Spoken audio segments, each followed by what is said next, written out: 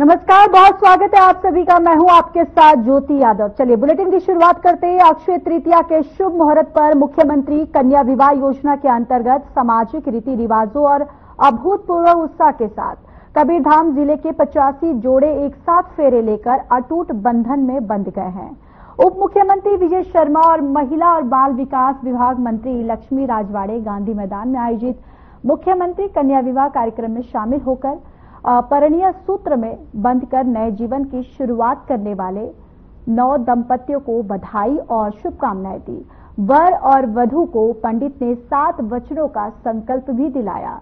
नव दंपत्य जोड़ों को मुख्यमंत्री, उप मुख्यमंत्री शर्मा और कैबिनेट मंत्री रजवाड़े ने मंच पर आशीर्वाद प्रदान कर 35-35 हजार रुपए का चेक प्रदान किया। साथ ही उप मुख्यमंत्री विजय शर्मा ने कहा कि मुख्यमंत्री कन्या विवाह योजना ने बेटियों के जीवन में नई रोशनी और खुशहाली लाई है।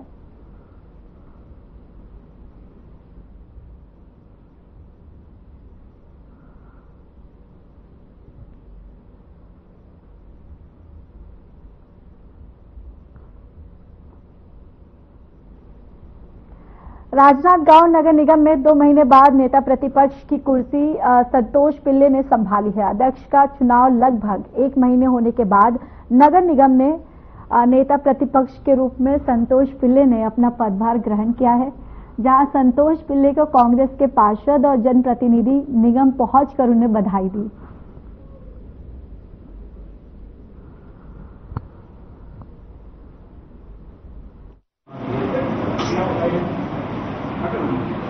देखिए, सबसे पहले तो मैं अपने कांग्रेस पार्टी के शीर्ष नेताओं को धन्यवाद देता हूं, राजनांदगांव के और प्रदेश के, जिन्होंने मुझे आज नगर निगम का इतना बड़ी जिम्मेदारी मुझ पर सौंपी है। तो निश्चित से उन्होंने जिस उम्मीद से मुझे बनाया है नेता प्रतिपक्ष नगर निगम राजनांदगांव का, तो उन खरा उतरने का पूरा प्रयास करूंगा। हमेशा आज मैं 4थी बार पार्षद बनकर नेता प्रतिपक्ष बना हूं। निश्चित तौर पर जनता की आवाज को तो पहले बुलंद करूंगा। जो जनता की आवाज है उसको तो मैं दबने नहीं दूंगा। और रहा सवाल नगर निगम में, जो भी जितनी ज्यादा हो सके राजनांदगांव के विकास के लिए पूरा अपना योगदान रहेगा।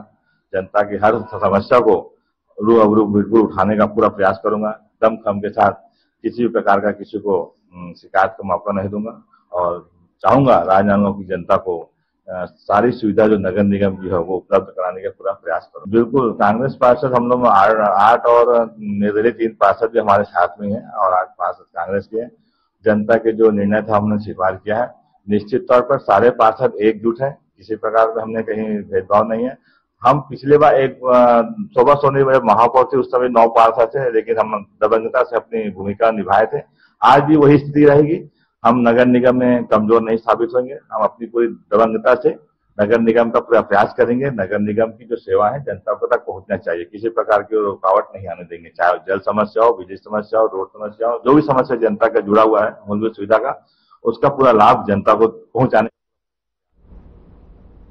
खबर राजनांदगांव से है, जहां मानव मंडी चौक में बीजेपी किसान मोर्चा ने किसान नेता नरेश टिकैत का पुतला जलाकर विरोध प्रदर्शन किया।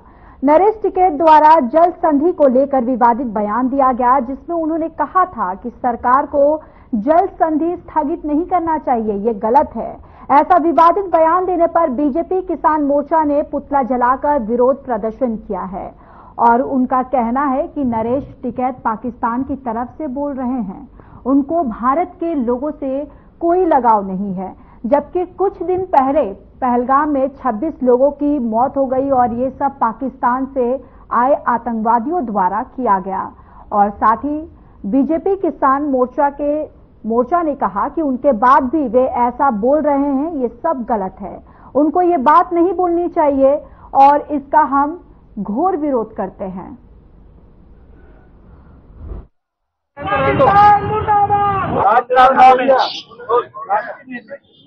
और प्रदेश के विजेता भारतीय जनता पार्टी ने नरेंद्र मोदी के हाथ को मजबूत करने के लिए और देश की सरकारों को यहाँ से अवैध करने के लिए आज नरेंद्र कुमार का यहाँ पे है। इसी के माध्यम से हमारे देश में ऐसा लगता है कि पाकिस्तान से मिला हुआ है, तो देश के प्रति देश के प्रति सोच रखता है। आज हमारे देश में पार्टी जो पूरे भारत को सक्षम करने में, पूरे देश के हर किसानों को मजबूत करने में लगे। और नरेंद्र मोदी बोलता है कि पूरी बात में भारत की बिचौली करते हैं। तो हम सब ने प्रधान के और राष्ट्रपति के नाम ज्ञापन भी दे रहे हैं कलेक्टर। अध्यक्ष जिला भाजपा किसान मोर्चा राजनांदगांव वीरेंद्र कुमार सिंह। जिला भाजपा किसान मोर्चा के नेतृत्व में पुतला दहन किया गया नरेश टिकैत का, जिन्होंने बयान दिया है कि इस भारत में रह करके पाकिस्तान का गुणगान करते हैं, ऐसा व्यक्ति हमारे देश में नहीं होना चाहिए। इसलिए हमारे पूरे किसान मोर्चा के सभी पदाधिकारियों ने मिलकर, जिला भाजपा के साथियों ने मिलकर इनका पुतला दहन किए हैं। घासी साहू, महामंत्री, जिला किसान मोर्चा, राजनांदगांव।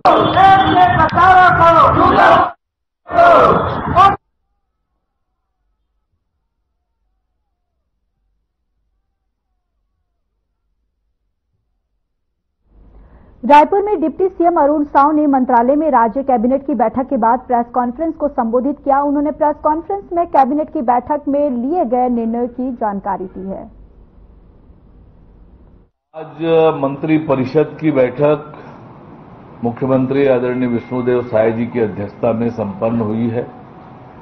कई ऐतिहासिक और महत्वपूर्ण निर्णय आज की बैठक में लिए गए हैं और एक लंबे समय से जिस विषय की प्रतीक्षा हो रही थी, जिसके लिए मुख्य सचिव की अध्यक्षता में एक कमेटी बनाई गई थी, कमेटी की रिपोर्ट आई। रिपोर्ट के आधार पर आज मंत्री परिषद ने निर्णय लिया कि सीधी भर्ती 2023 में नियुक्ति के उपरांत सेवा समाप्त किए गए 2621 बीएड अर्हताधारी सहायक शिक्षकों के हित में महत्वपूर्ण निर्णय लेते हुए उन्हें सहायक शिक्षक विज्ञान प्रयोगशाला के पद पर समायोजन करने का निर्णय लिया गया। इसके लिए स्कूल शिक्षा विभाग को अधिकृत किया गया है। अंतर्विभागीय समिति ने बहुत विस्तार से इस पर रिपोर्ट तैयार किया। उसके माध्यम से हटाए गए बीएड अर्हताधारी 2621 सहायक शिक्षकों को सहायक शिक्षक विज्ञान प्रयोगशाला के राज्य में रिक्त 4422 पदों में समायोजित किया जाएगा। समायोजन गैर विज्ञापित पदों पर किया जाएगा। कला और विज्ञान संकाय से 12वीं उत्तीर्ण सहायक शिक्षकों को निर्धारित अर्हता यानी 12वीं गणित और विज्ञान पूर्ण करने के लिए 3 वर्ष की अनुमति दी जाएगी। साथ ही इन अभ्यर्थियों को प्रयोगशाला कार्य के संबंध में SCERT के माध्यम से 2 माह का विशेष प्रशिक्षण दिया जाएगा। रोस्टर का पालन करने के लिए 355 अन्य पिछड़ा वर्ग के अभ्यर्थियों के लिए संख्यातर पदों का सृजन किया जाएगा। समायोजन के लिए जिलों की प्राथमिकता में पहले राज्य के अनुसूचित क्षेत्र के जिलों के रिक्त पदों में, उसके पश्चात सीमावर्ती जिलों के रिक्त पदों के पश्चात अन्य जिलों में समायोजन किया जाएगा। मंत्रिपरिषद द्वारा राज्य के सुदूर अनुसूचित एवं ग्रामीण क्षेत्रों में जहां यात्री परिवहन की सुविधा कम है, वहां आम जनता को सुलभ परिवहन सेवा उपलब्ध कराने के लिए मुख्यमंत्री ग्रामीण बस सुविधा योजना शुरू करने का एक बड़ा निर्णय आज कैबिनेट की बैठक में लिया गया। हल्के मध्यम परिवहन मोटरयान यानी 18 से 42 सीटर क्षमता के वाहन को अनुज्ञा पत्र और सुविधाएं प्रदान की जाएगी। नवीन ग्रामीण मार्गों के विनिर्धारण के लिए राज्य एवं जिला स्तर पर समिति का गठन किया जाएगा। अनुज्ञा का लाभ छत्तीसगढ़ राज्य के स्थानीय निवासियों को मिलेगा, जिसमें अनुसूचित जाति, जनजाति, अन्य पिछड़ा वर्ग, महिलाओं तथा नक्सल प्रभावितों को प्राथमिकता दी जाएगी। लाभार्थी का चयन निविदा प्रक्रिया से किया जाएगा। इस योजना के तहत संबंधित वाहन स्वामी को ग्रामीण मार्गों पर वाहन चलाने के लिए प्रथम परमिट निर्गमन की तिथि से 3 साल अधिकतम की अवधि के लिए मासिक कर में पूर्णतः छूट दी जाएगी। इस योजना के तहत संचालित विभिन्न श्रेणी के वाहन को राज्य शासन द्वारा प्रथम वर्ष 26 रुपये प्रति किलोमीटर, द्वितीय वर्ष 24 रुपये प्रति किलोमीटर, तृतीय वर्ष 22 रुपये प्रति किलोमीटर विशेष वित्तीय सहायता प्रदान की जाएगी।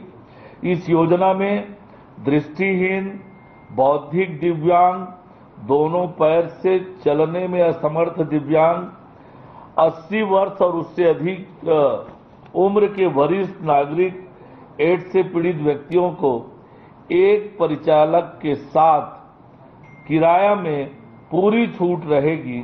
वहीं नक्सल प्रभावित व्यक्तियों को आधा किराया लगेगा।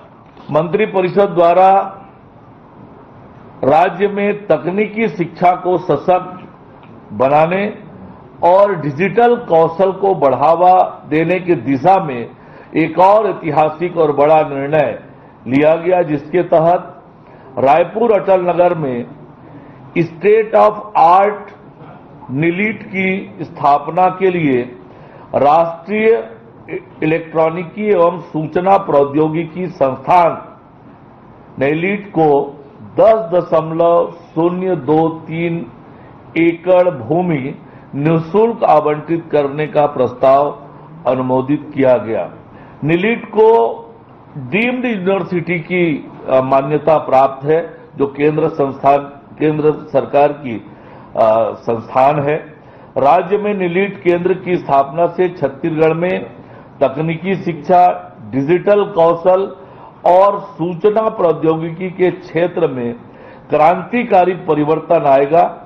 यह केंद्र न केवल युवाओं को गुणवत्ता युक्त तकनीकी शिक्षा प्रदान करेगा, बल्कि उन्हें रोजगार के नए अवसर भी प्रदान करेगा। इससे छत्तीसगढ़ राष्ट्रीय स्तर पर तकनीकी शिक्षा के मानचित्र में एक महत्वपूर्ण केंद्र के रूप में उभरेगा। मंत्रिपरिषद ने कृषक उन्नति योजना में जो रेगहा, बटाई, लीज और डुबान क्षेत्र पर खेती करने वाले किसान हैं, उनके हित में एक बड़ा निर्णय लिया है। इसके माध्यम से कृषक उन्नति योजना के दिशा निर्देशों में संशोधन करते हुए इसका लाभ प्रदेश के ऐसे उक्त समस्त कृषक जिसने खरीफ मौसम में सहकारी समिति एवं छत्तीसगढ़ राज्य बीज एवं कृषक विकास लिमिटेड के माध्यम से धान बीज का उपार्जन किया हो, उन्हें आदान सहायता राशि दिए जाने का निर्णय लिया गया।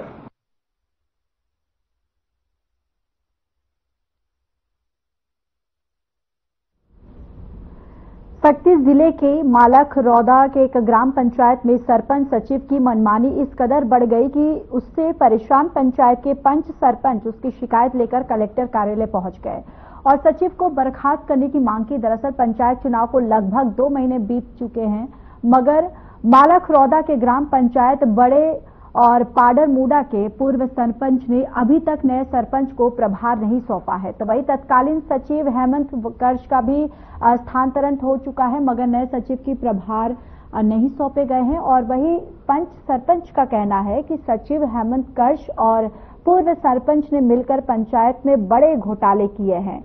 इसी के डर से वो पंचायत के दस्तावेज और प्रभार नहीं सौंपा रहा है और उसके घोटालों का भंडाफोड़ हो जाएगा।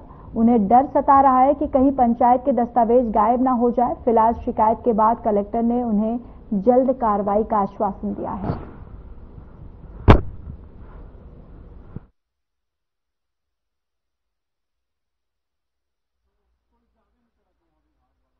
शिकायत है कि हमारे जो ग्राम परिपार के सरपंच जो पुराने हैं और सचिव हैं, वो नए सरपंच और सचिव को कार्यभार नहीं दे रहे हैं। उसको हम बहुत बार बोल चुके हैं, निवेदन कर चुके हैं, लेकिन वो सुनने को तैयार नहीं, अपनी मनमानी करते ही जा रहे हैं। तो हम शिकायत लेकर कलेक्टर ऑफिस और सीओ के पास गए थे और लिखित रूप में आवेदन दिए हैं। हम चाह रहे हैं कि जल्द से जल्द कार्रवाई हो उन पर और कार्यभार को सौंपा जाए और जल्द से जल्द, ताकि गांव के कार्य में, विकास कार्य में आगे बढ़ो। बोलते हैं आप लोग? हाँ, देंगे बोलते हैं और लेकिन नहीं दे रहे हैं। सभी ग्राम पंचायत के सभी सदस्य के साथ आम नागरिक कलेक्टर के पास शिकायत लेके गए थे। प्रभार नहीं देने के कारण पुराने सरपंच सचिव मनमानी चल रहा है, जिसके लिए हम लोग प्रभार दिए हैं। अभी प्रभार के लिए आवेदन दिए हैं कलेक्टर और सीओ साहब को, जिला पंचायत। ऐसा लग रहा है कि मतलब बहुत बड़े राशि का गमन हुआ है हमारे गांव में, इसके चलते इन लोग प्रभार देने से डर रहे हैं, जिसमें अभी जानकारी मिलते जा रही है कि एसबीएम घोटाला, कुछ घोटाला, इसके चलते में। और डर ये है हम लोग को कि लोग कुछ कागजात वगैरह गायब मत कर दे। कितने महीने हो गया आपको? 2 महीने हो गया। अभी कैसे चल रहा है पंचायत? अभी बिना प्रभार के तो जैसा मतलब वैसे चल रहा है। और प्रभार देने के लिए बोलने पे सचिव द्वारा हाँ देंगे करके अधिकार अभी भी उन्हीं के पास? हाँ, अभी भी उन्हीं का। अभी भी राशि का आहरण कर रहे हैं? नहीं, अभी भी नहीं कर रहे हैं। राशि का आहरण बंद हो चुका है जो गाइडलाइन के हिसाब से, लेकिन प्रभार को नहीं दिया जा रहा है। वहाँ के दस्तावेज गायब होने की संभावना है? हाँ, वहाँ के दस्तावेज गायब होने की बहुत हम लोग को संभावना है।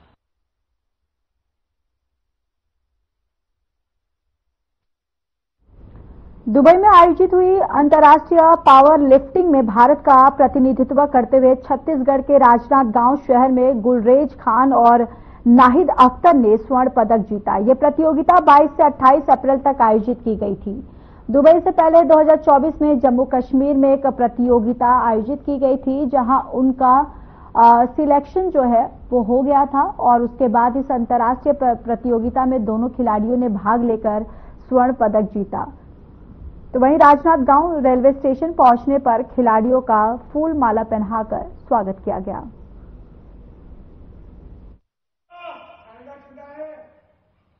पावर लिफ्टिंग में था। पावर लिफ्टिंग में बेसिकली 3 फॉर्म एक्सरसाइज होते हैं, स्क्वाट, बेंच और डेड।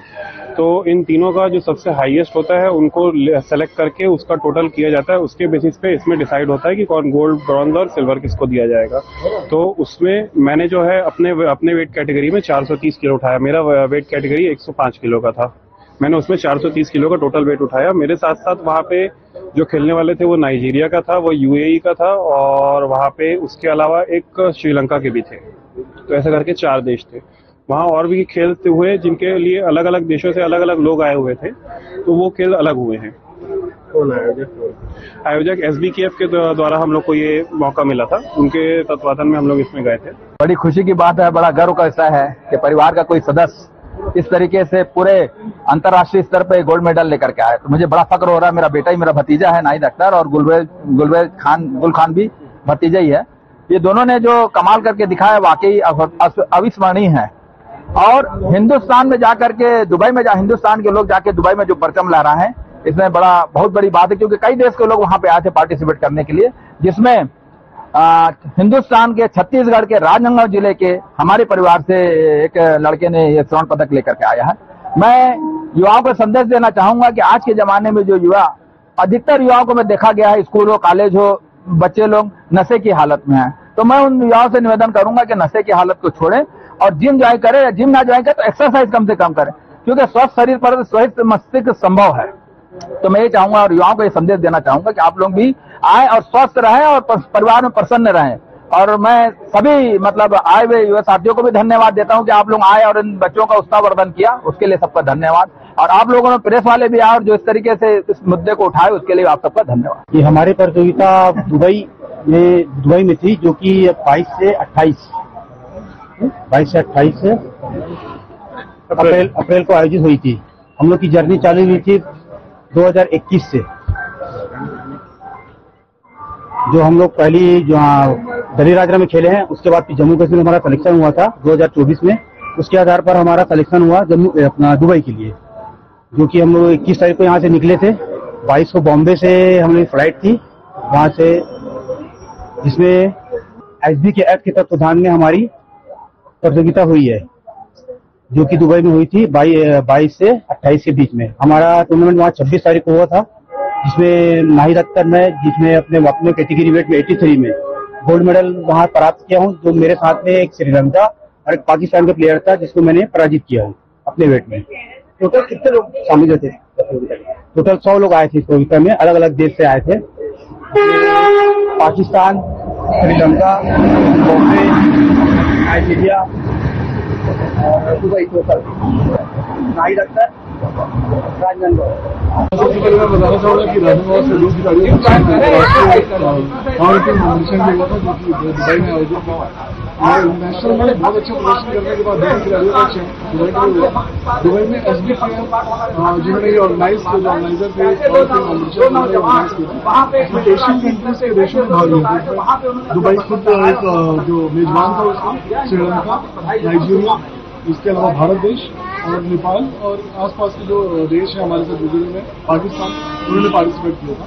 लगभग 100 खिलाड़ियों ने पावर लिफ्टिंग कॉम्पिटिशन में भाग लिया था, जिसमें हमारे भारत से नाहिद अख्तर और गुरवेज खान ने पार्टिसिपेट किया था।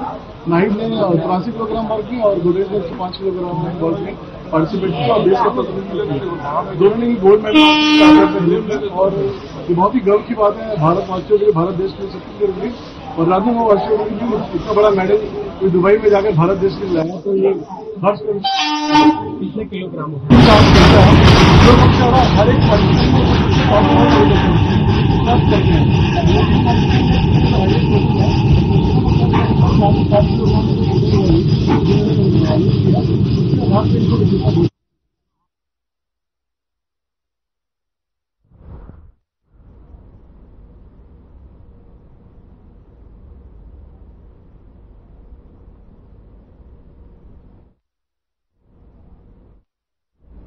धमतरी जिले के ग्राम नारी से जय शक्ति गुड़ी युवा समिति के पदाधिकारियों ने सोमवार को, आपको बताते चले कि कलेक्टर जन दर्शन में पहुंच ग्राम नारी में संचालित रेत खदान के संचालन को लेकर शिकायत की, जहां उन्होंने बताया कि ग्राम नारी स्थित महानदी में 4.99 हेक्टेयर की स्वीकृति संबंधित विभाग द्वारा की गई है, जहां पर पट्टाधारी द्वारा स्वीकृत स्थान से परे अनियंत्रित एनीकट के समीप और नियमों के विरुद्ध रेत का अंधाधुंध खनन और परिवहन किया जा रहा है। देखिए हमारी एक खास रिपोर्ट।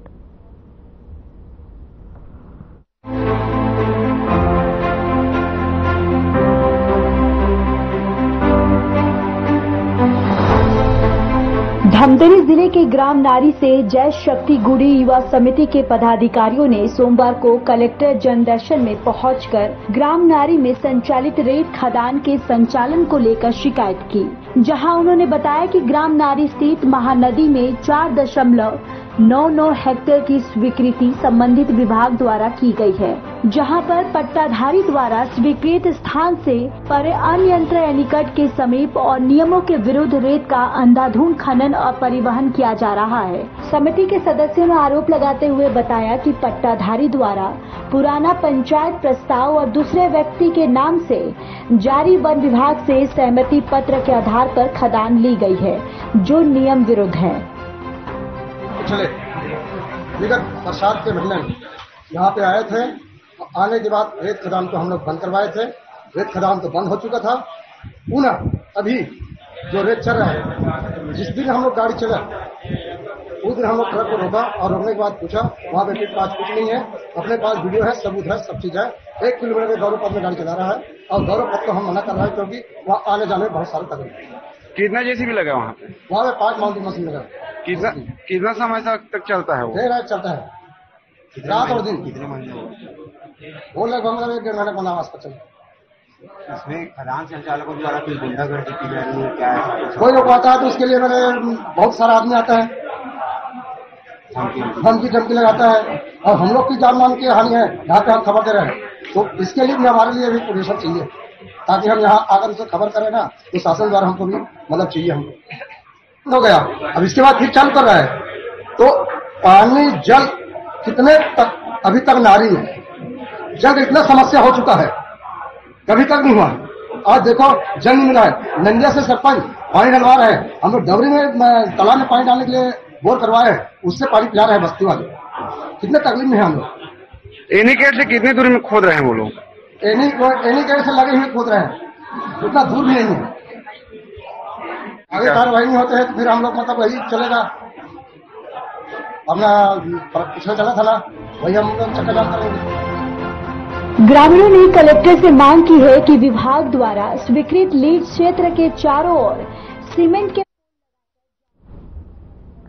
चलिए, इस बुलेटिन में इतना ही। बाकी देश और दुनिया की तमाम बड़ी खबरों के लिए जुड़े रहिए हमारे साथ। नमस्कार।